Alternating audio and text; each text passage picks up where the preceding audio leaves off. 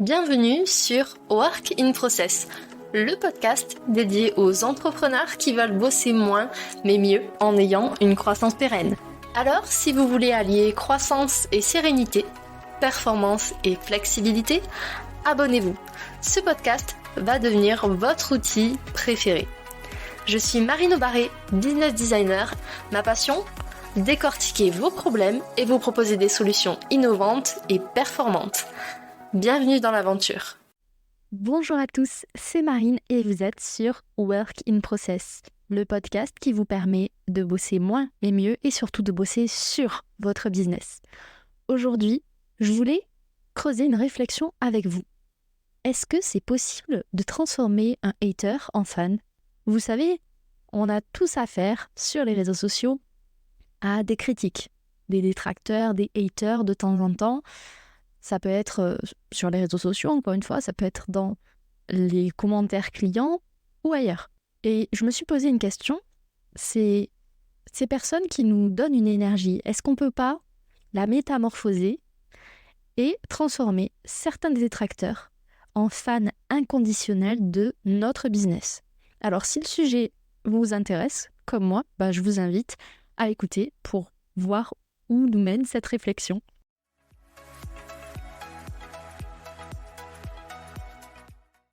Alors déjà, je me suis demandé pourquoi un détracteur peut être un vrai cadeau pour votre entreprise. Et là, je fais la distinction entre deux détracteurs. Il y a le hater pur qui déverse sa haine, sa colère, sa frustration de la vie et qui n'a pas de raison concrète, qui n'a jamais bossé avec vous et donc qui n'a pas de matière. C'est de la violence verbale gratuite. L'autre détracteur, c'est par contre quelqu'un avec qui vous avez peut-être déjà échangé, avec qui vous avez peut-être aussi travaillé, et qui est mécontent. Mécontent de votre produit, de l'expérience qu'il ou elle a vécue, de votre service, peu importe. Dans cet épisode, on va se concentrer surtout sur le deuxième. Pour les haters, et ça dépendra de vous, on pourra faire un épisode avec un psychologue pour comprendre justement comment et pourquoi ces personnes déversent leur bile sans raison sur les réseaux. Alors, je reviens à ma question initiale. Pourquoi un détracteur peut être un cadeau pour votre entreprise ? À mon sens, il nous donne des informations directes sur ce qui ne leur va pas ou ce qui peut ne pas fonctionner dans votre business. Dans les relations, les gens sont des miroirs, c'est-à-dire qu'ils vont refléter des aspects de qui l'on est. Et pour l'entreprise, c'est pareil. Ils vont refléter certains aspects du produit, du service qui nécessitent des améliorations. Encore une fois, quand c'est constructif.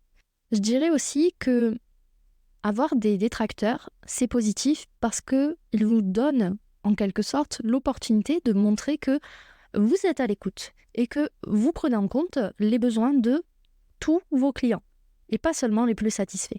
Et puis, l'idée que j'aime beaucoup, c'est si on réussit à transformer un détracteur en fan inconditionnel de votre business et de votre marque, vous allez créer une histoire incroyable qui montre comment votre business résout les problèmes et prend soin de ses clients. Et ça, en marketing, si je ne dis pas de bêtises, c'est un outil très puissant.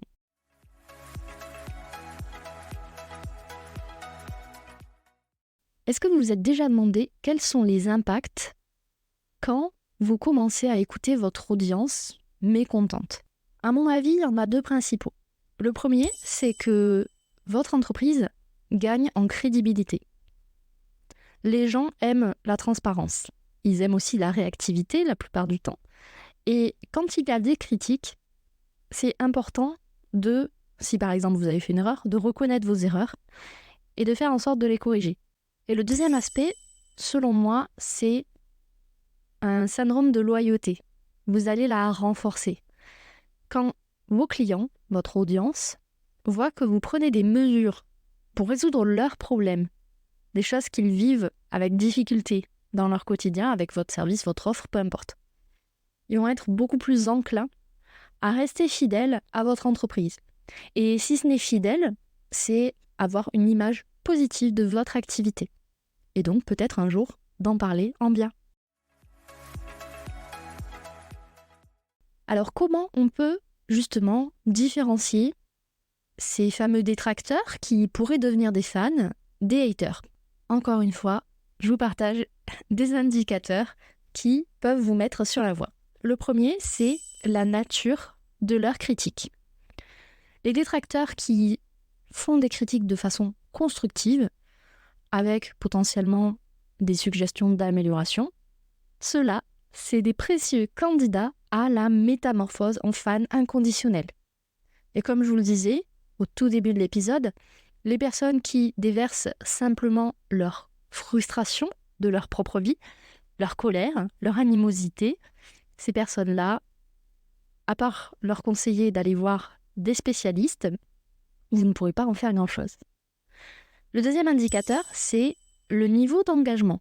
Sur ce point-là, ça va être d'identifier les détracteurs qui continuent à interagir avec votre business, malgré le fait qu'ils soient insatisfaits en fait. Et ces personnes-là attendent probablement un geste de votre part pour les aider à vivre un changement. Donc ouvrez l'œil et les oreilles. Et le troisième indicateur, selon moi, c'est le niveau de récurrence des critiques. C'est-à-dire que si vous avez une personne mécontente qui exprime une critique ou des inquiétudes, vous pouvez vous dire bon, c'est une personne, c'est pas forcément une généralité et du coup, peut-être que le problème n'est pas forcément si grave. Encore une fois, ça dépend du nombre de clients que vous avez.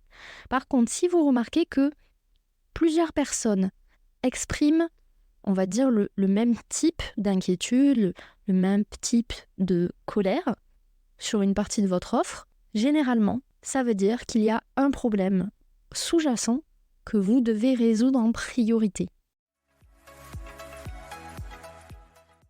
Alors maintenant qu'on a posé nos indicateurs, on continue avec une méthode.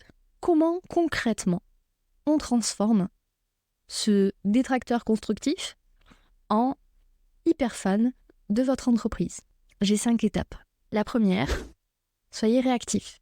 Le fait que vous montriez que vous êtes réactif dans la réponse à vos clients, ça montre que vous prenez les remarques, les critiques au sérieux et que vous n'êtes pas là simplement pour rentrer du chiffre d'affaires.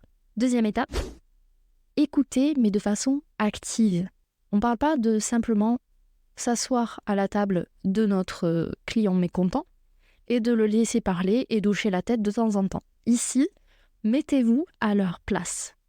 Comprenez leur point de vue, leurs besoins, leurs attentes et leurs frustrations. Ça demande pas mal d'empathie. C'est un muscle, ça se travaille, mais c'est vraiment ce qui fait la différence et ce qui vous aidera aussi à détecter ce qui peut être amélioré et donc à vous éviter passer beaucoup de temps ou beaucoup de ressources à améliorer quelque chose qui peut-être n'en avait pas besoin. Donc maintenant que on sait qu'il faut être réactif, qu'il faut avoir de l'empathie, la troisième étape, c'est proposer des solutions. C'est-à-dire que vous allez écouter la personne, reformuler ou poser des questions s'il y a des choses qui ne sont pas très très claires. Et maintenant, ce que j'attends de vous, c'est de montrer que vous avez pris en compte leurs préoccupations et les stress et vous allez travailler à les résoudre. Et il ne s'agit pas simplement de dire « on a bien pris en compte votre demande ». La personne attend une réponse beaucoup plus spécifique. Par exemple, vous pouvez dire « on a remonté le problème à notre service qualité, il est en train de faire des recherches pour voir d'où vient le problème en question et on revient vers vous sous 72 heures. » Là, la personne, en termes d'animosité, elle va diminuer d'un niveau parce qu'elle a une échéance, elle a une réponse un petit peu plus spécifique que simplement dire on a bien pris en compte votre demande et surtout, elle sait à qui elle peut s'adresser pour avoir des informations. Dans notre exemple, un service qualité. Quatrième étape de la méthode.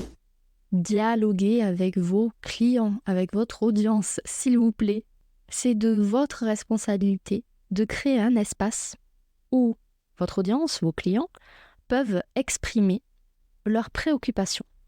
Et surtout, ce qui est très très important, c'est de voir que leur opinion compte. On ne parle pas simplement d'envoyer un questionnaire d'enquête de satisfaction à la fin d'une mission. Prenez le temps nécessaire pour discuter vraiment avec vos clients. Parce qu'à moins d'avoir un questionnaire de satisfaction hyper optimisé, et ça pourrait être l'objet d'un épisode de podcast d'ailleurs, à moins d'avoir ce questionnaire-là, vous allez passer forcément à côté d'une grande partie des réponses.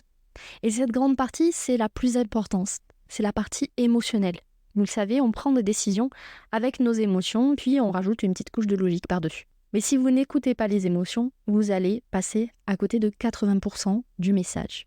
Et la dernière étape, qui est importante, c'est la gratitude. Alors oui, ça peut sembler contre-productif de remercier quelqu'un qui nous critique, ou qui critique notre entreprise, ou nos services, ou notre contenu. Mais le fait de remercier, sincèrement, les gens, ça leur amène quoi ? Ça leur amène de la reconnaissance.